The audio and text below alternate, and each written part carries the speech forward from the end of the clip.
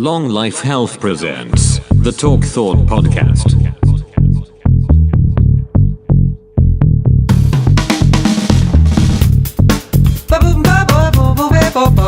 You're listening to the Talk Thought Podcast, sponsored by fucking nothing.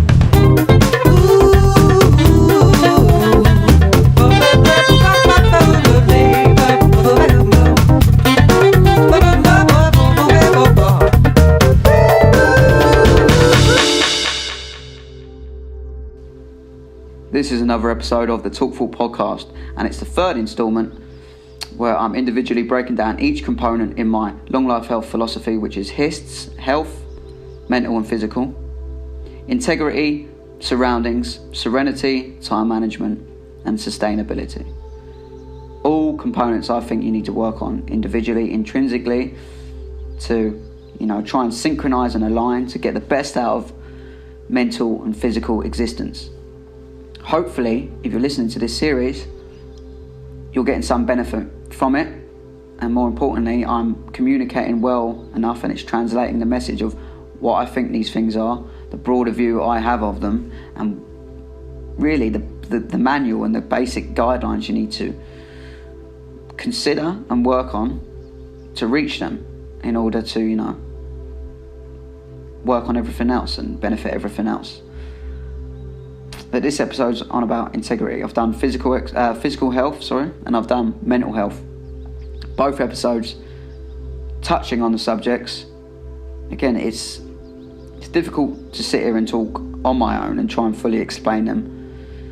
And I think situations like that, when you want to fully describe something, it's best to have a conversation with someone. But right now, I'm on my own in Spain, chilling out, so my only option is to sit here and talk to myself. But if you listen to them episodes, you would have also understood that I'm writing a book for anyone that, again, wants to find out my view on things and take everything I've learned and get a basic manual, basically, to life, I think, which I'm working on at the moment. I am working on a book, which you'll hear about if you follow me on anything, but go to longlifehealth.net to see links to everything I do.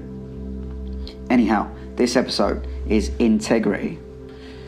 Like all of the components, it's my view of what that thing is, and then I'll explain and expand on it, to, highlight a few things you need to do, what's important about it, what's the thing you most need to focus on with it. And integrity for me is it's being yourself and doing things because you feel they're right.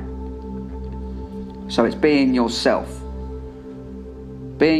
in the most authentic and honest way, trusting your gut, following your heart, and working on displaying that. Don't hold that back in any way. Don't ever feel like you have to hold back being yourself. The way I see it is, whoever's listening to this, you born as an individual are that. You're this unique little weird creature thing. You're this awareness in this meat suit, wandering around life, having an experience under whatever your name is. So I am just having an experience as Charlie Walker. Generally, the way I feel about it is you have to look inside and work on everything as best you can at working on your experience, working on yourself. If you feel like, you want to do one thing, you have something inside telling you, really want to be an actress, an actor, then work on that. If something inside you telling you, I feel like I'm doing something wrong here, be open about it. Don't do it and address it. Anything, it's working on and it's behaving in a way that's authentic to you and your feelings and your beliefs, but being open to others, of course. But in general, as I said, everyone is a unique individual. And if you're not working on you, but someone else's idea of you, you don't fulfill your own potential, your own unique potential. And it could lead to problems if you don't find the need and the motivation to want to work on things for your sake rather than others can lead to problems, because you end up wasting time doing something you either don't want to do, it doesn't serve you any purpose, it benefits someone else more than it does you, and then you've gone through life before you know it not making the best out of your little journey, your little existence.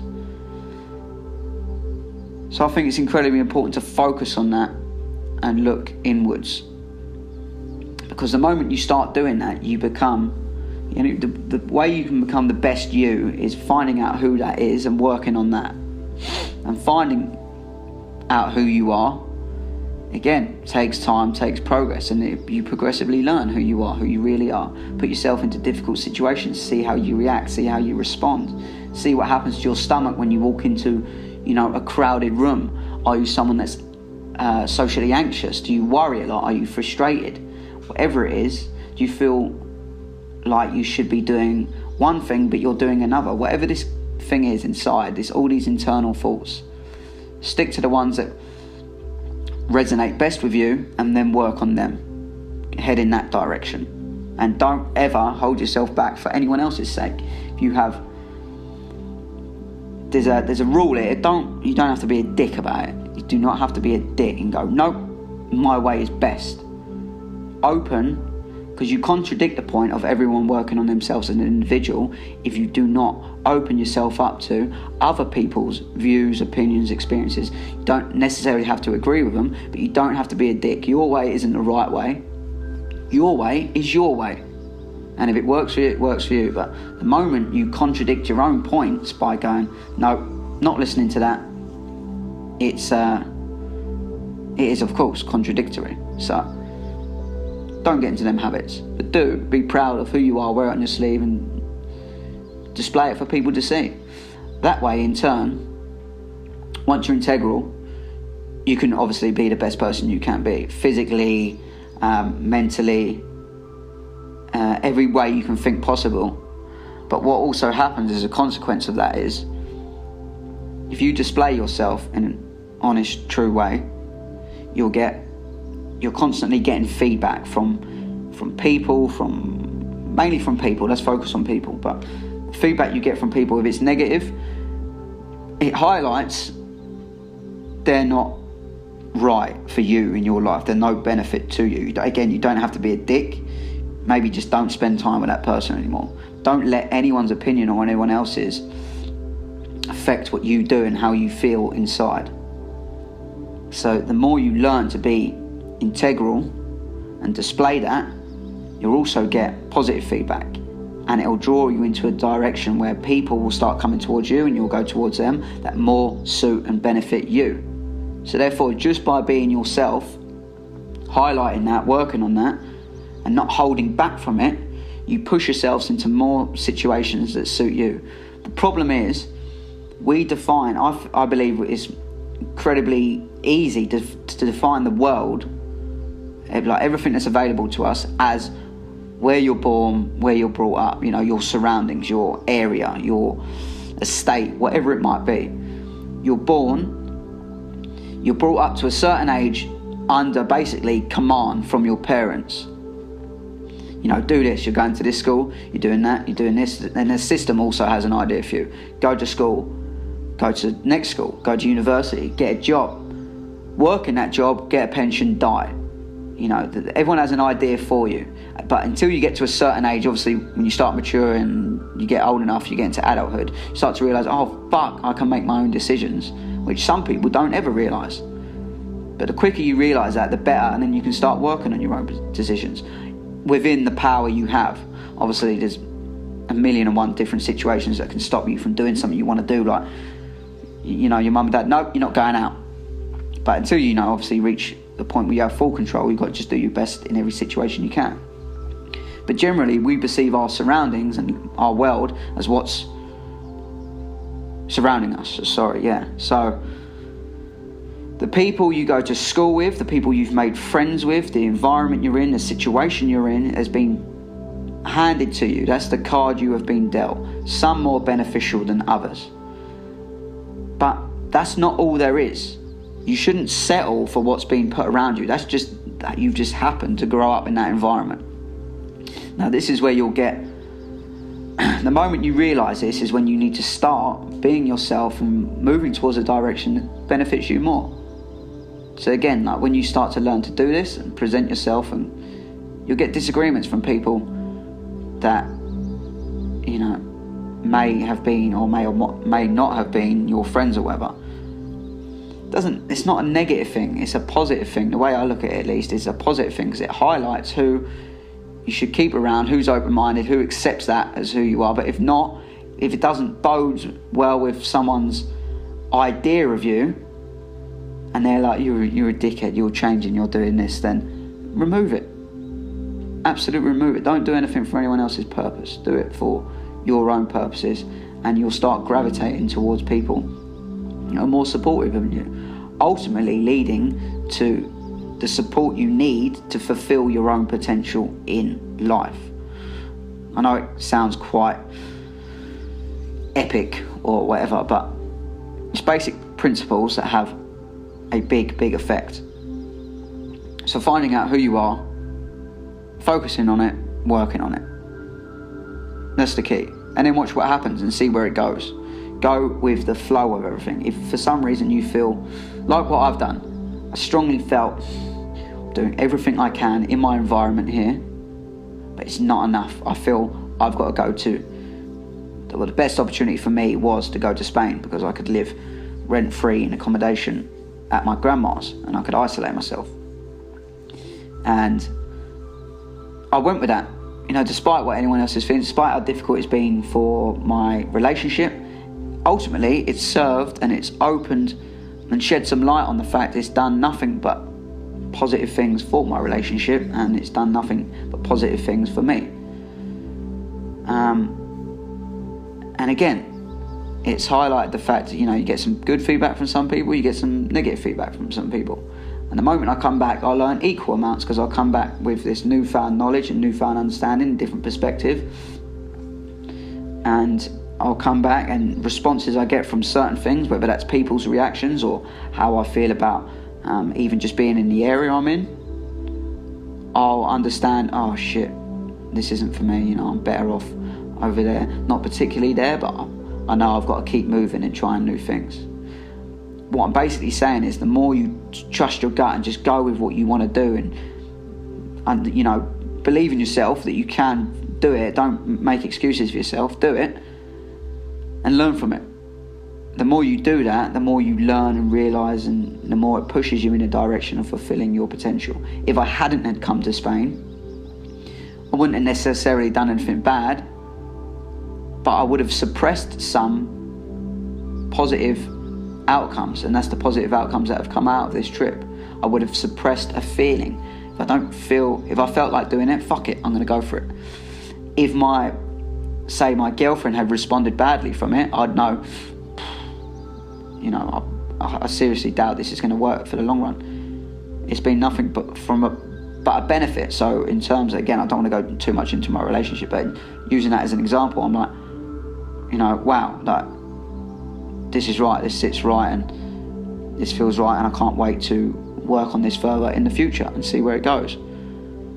But that's how I feel about everything in general, just by trusting my gut, being myself, displaying that, putting that out. The more I continue to do that, the more it leads me into a path that suits me best. So integrity, I think, is everything.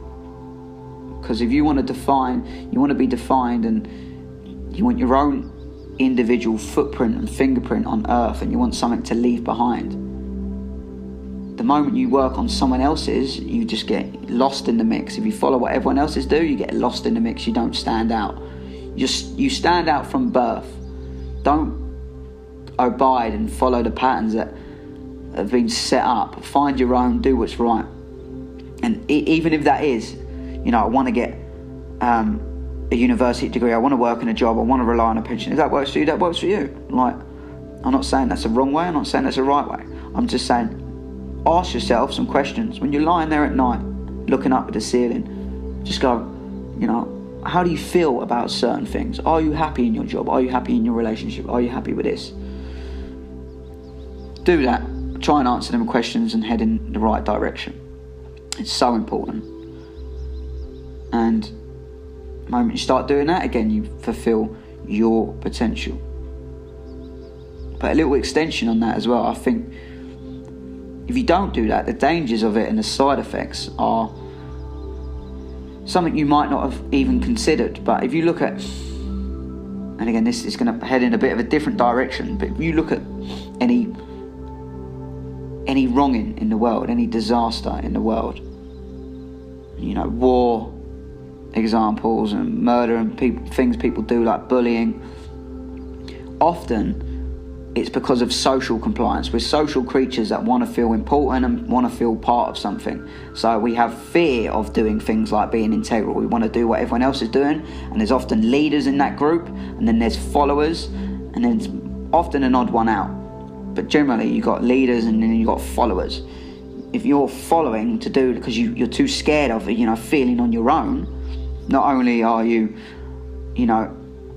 confused to your ability to go out and just leave that peer group and find your own peer group, whether it takes time and you have to be on your own for a bit, do that because it's more beneficial to you. But if you don't and you follow this pattern through fear of being outcasted, the social compliance of that leads to terrible things, like bullying and war, like people that go to things because they feel part of a group. There's camaraderie and they do disgusting things to other people and all this shit I don't need to mention, but that all happens through social compliance. There was a program on Channel 4 that Darren Brown did. I won't go into too much detail, but he was highlighting the power that social compliance has. He actually got a standard average person, obviously a nice guy, that did a load of things, terrible things throughout this program, this hour-long program, just through pressure and social compliance. Felt like he had to do it. He put him in, Darren Brown put him in this incredibly vulnerable situation socially, where he felt this guy felt he had to do it, so he was doing all these things that ultimately led to, well, he didn't personally, but it led to the other people that were on the program as well, following the same thing, doing the same terrible things. It led to them actually murdering someone. What they believed, they obviously did. It was all set up, and the people were totally ignorant. They were so naive. They had no idea that they were being filmed. There was a TV program, but they were doing all these nasty things, like kicking this man whilst he was down, hiding this so-called dead body, and at the end of it, pushing it off a building to hide the evidence. And that started in the space of a few hours. In the space of one night, they got some ordinary person to basically commit murder, which for me massively highlights how social compliance, how powerful it is, how we're all prone to it, how dangerous it can be. Again, saying with war and everything else, and even everything that's causing destruction and damage to the planet now is because of the mass of people that are following bad habits, because that's what everyone else does. That's what everyone else believes. We are, again, it's going to get political, but again, this is how I feel. The systems and the governments that are disgustingly destroying everything and suppress anything positive coming out of the world, and try and keep everything on this narrow path to meet basically individuals' needs of greed and corruption and keep control. That can only happen because of social compliance. You can't, a teacher seemingly controls a class, and some are good, some are bad. If every student in that class, say a class of 25, 30, whatever it is, decided to rebel, that teacher immediately loses her power. There's nothing that teacher can do because they're outnumbered. But it's the social compliance of, I don't want to stand out on my own here. That, that's what good teachers do. They'll notice they'll single you out.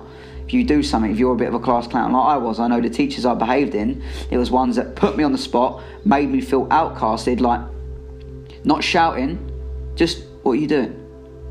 So everyone was looking at me and I thought, fuck, I'm not doing that again, because I felt like the odd one out. I felt like an idiot.